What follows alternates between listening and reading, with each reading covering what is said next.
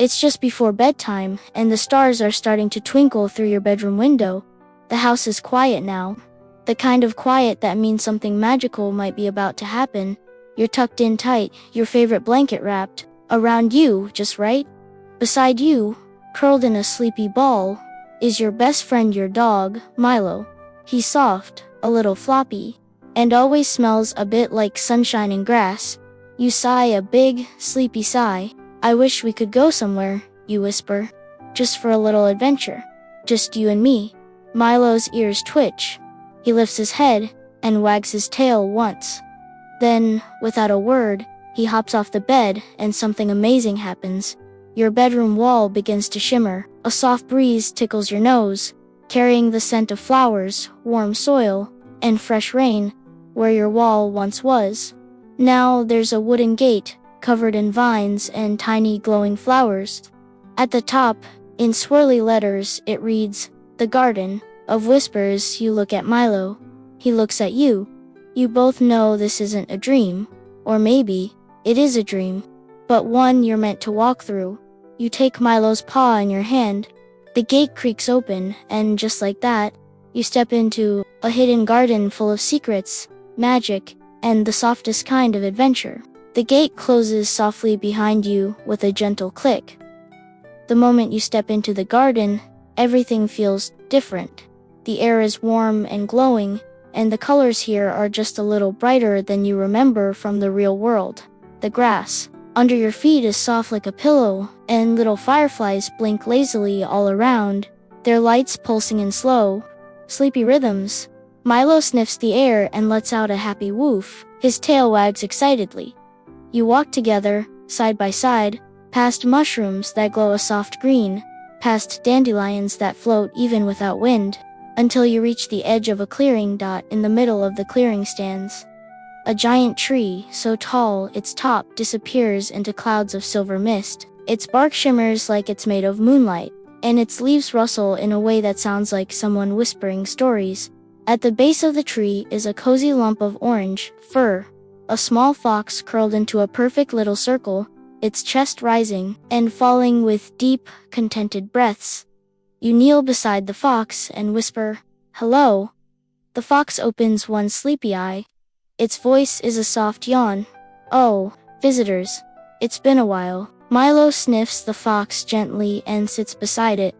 "You're lucky," the fox says, stretching one paw and letting out a long sigh. "This is the wishing tree. She only wakes up for those who believe in soft things, like naps and dreams and snacks." You giggle. The fox blinks slowly. "If you tell the wishing tree one thing you hope for, even if it's small or a secret, she might remember it for you." You and Milo look up at the branches swaying above. You close your eyes and think of something gentle and quiet and just for you. Maybe it's a hug you miss. Maybe it's a place you'd like to go. Maybe it's just a wish to always have Milo beside you. When you open your eyes, a single leaf floats down and lands in your palm. It sparkles for a moment, then vanishes like a bubble. The fox yawns again. That's her way of saying, "Okay." She never forgets. Then he curls back into a ball, already drifting back to sleep. You pet his soft fur once. Then, hand in paw, you and Milo walk on deeper into the garden, where more sleepy wonders are waiting. The path ahead is soft and glowing. Tiny blue flowers light up as you step on them, making the trail sparkle behind you like a starry ribbon. Milo trots just ahead, his tail swaying like a fluffy flag. Every now and then, he turns to make sure you're still there. You always are. Soon, the trees open up again, this time to a little pond. The water is so still, it looks like glass, and the sky above reflects perfectly on its surface, like the stars decided to take a nap in the water. You notice something glowing near the edge of the pond. At first, it looks like a lantern sitting on a rock, but then it moves. Out crawls a very slow, very sparkly snail. Its shell glows like a nightlight, and on its back is a tiny lantern that glows with soft golden light. Milo tilts his head. The snail looks up at you with wise, sleepy eyes. "Evening," it says. "You're just in time." The bubble bridge is almost ready. You blink. Bubble bridge. The snail nods slowly. It only appears when someone gentle and brave needs to cross. The bridge doesn't like rushers or grumblers, but I can tell you're just right. You follow the snail to the edge of the pond, and there, rising slowly from the water, are bubbles, big ones, glowing ones, each one as round and soft as a dream. They float into place, one by one, forming a winding path across the pond. Each bubble is just strong enough to hold a careful footstep. Milo nudges one with his nose. It gives a little bounce, but it doesn't pop. The snail lights the first few bubbles with his lantern. Just take your time, he says. The bubbles like children who walk with wonder. You step onto the first bubble. It holds. Milo follows, his paws patting gently beside you. Step by step, you cross the pond, surrounded by starlight, held by bubbles, guided by your glowing snail friend below. When you reach the other side, a soft wind picks up behind you, and the bubble bridge gently floats away, disappearing into mist. You wave goodbye to the snail. He waves a slow little feeler back, and then, with a yawn and a stretch, you and Milo continue on. Somewhere ahead, the garden is waiting to show you more. The garden begins to glow a little softer now, as if it knows bedtime is near.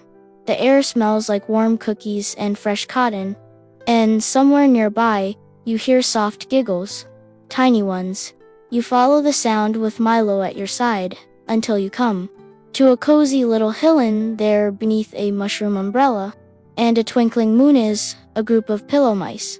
They're no bigger than your hand, fluffy and round, with soft fabric ears and tiny button noses. Some are wearing hats made from acorns, others are curled up in teacups. They look up as you arrive, blinking sleepy eyes.